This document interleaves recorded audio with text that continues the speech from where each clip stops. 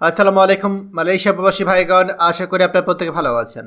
Malaysia নিতে চায় বাংলাদেশি কর্মী বিনা খরচে, লাগবে না কোনো খরচ, কোম্পানি নিজে দিবে সকল কিছু। চলুন খবরে বিস্তারিত জেনে নেওয়া যাক। বাংলাদেশ থেকে মালয়েশিয়ায় শ্রমিক যাবে শূন্য অভিবাসন ব্যয়ে। সব ব্যয় বহন করবে দেশটির নিয়োগকর্তারা, অর্থাৎ মালয়েশিয়ার কোম্পানিরা। প্রক্রিয়াটি পরিচালিত হবে ইউনিভার্সাল রিক্রুটমেন্ট প্রসেস ইউআরপি ও ডাইরেক্ট লেবার রিক্রুটমেন্ট ডিএলআর প্ল্যাটফর্মের মাধ্যমে, যা কৃত্রিম বুদ্ধিমত্তা বা এআই দ্বারা নিয়ন্ত্রিত হবে। ইতিমধ্যে মালয়েশিয়া সরকার এই মডিউল অনুমতি দিয়েছে এবং বাংলাদেশ সরকারেও ইতিবাচক সম্মতি পাওয়া গিয়েছে।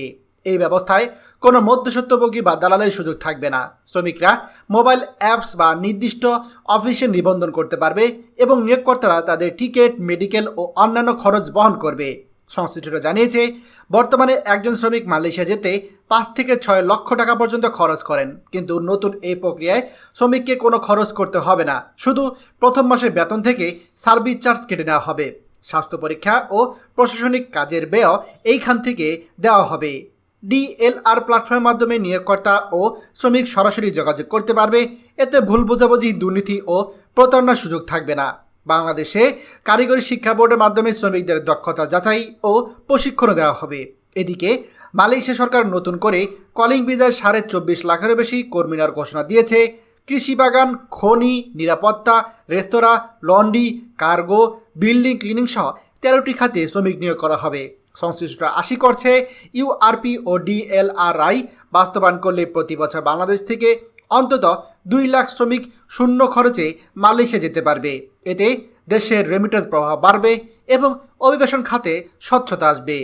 প্রিয় মালয়েশিয়া প্রবাসী ভাইগণ, মালয়েশিয়াতে বিনা খরচে কর্মী যেতে পারবে, এই খবরটা আপনারা হয়তো গত 2 দিন ধরে দেখছেন, আমরাও দেখছি, কিন্তু আমরা ইচ্ছা করে এই খবরটি দ্রুত প্রকাশ করিনি।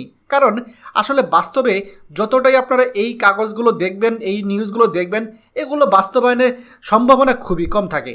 উদাহরণস্বরূপ বলছি, 2023-24 সালে যখন মালয়েশিয়া কলিং ভিসা চালু হয়, তখন আমরা দেখেছি বাংলাদেশের তৎকালীন প্রবাসী কল্যাণ মন্ত্রী তিনি খুবই গর্বের সাথে বলেছিলেন, আমরা মালয়েশিয়াতে কর্মী পাঠাতে সরকারি খরচে লোক পাঠাবো।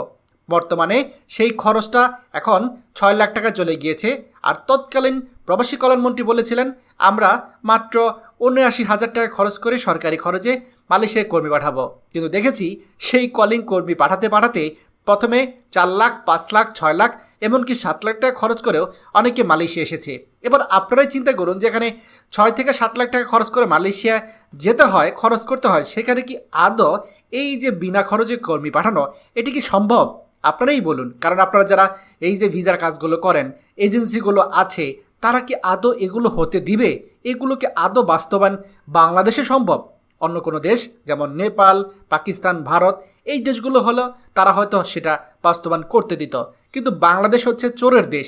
এই দেশের যে রিক্রুটিং এজেন্সি আছে, তারা এটা কোনোদিনও বাস্তবায়ন হতে দেবে না, এবং এটাই বাস্তবতা। আমি আমার 9 বছরের অভিজ্ঞতা থেকে এই তথ্যটা আপনাদের সাথে কনফার্ম করতে পারি। বাকিটা আপনারাই মিলিয়ে নিয়েন। খবরটি আমাদের মালয়েশিয়া প্রবাসী সকল ভাইদের সাথে এখনই শেয়ার করে সবাইকে এই গুরুত্বপূর্ণ খবরটি জানার সুযোগ করে দিন। আর আপনি যদি আমাদের এই চ্যানেল নতুন হয়ে থাকেন, অবশ্যই আমাদের চ্যানেলটিকে সাবস্ক্রাইব করুন মালয়েশিয়া সকল গুরুত্বপূর্ণ খবরাখবর সবার আগে পাওয়ার জন্য। ধন্যবাদ সবাইকে। আমাদের সকল ভিডিও আপডেট সবার আগে পেতে আমাদের চ্যানেলটিকে সাবস্ক্রাইব করুন। সাবস্ক্রাইব করতে সাবস্ক্রাইব বাটনে ক্লিক করুন এবং বেল আইকনে চাপুন, যাতে আমাদের কোনো নতুন ভিডিও আপনি মিস না করুন।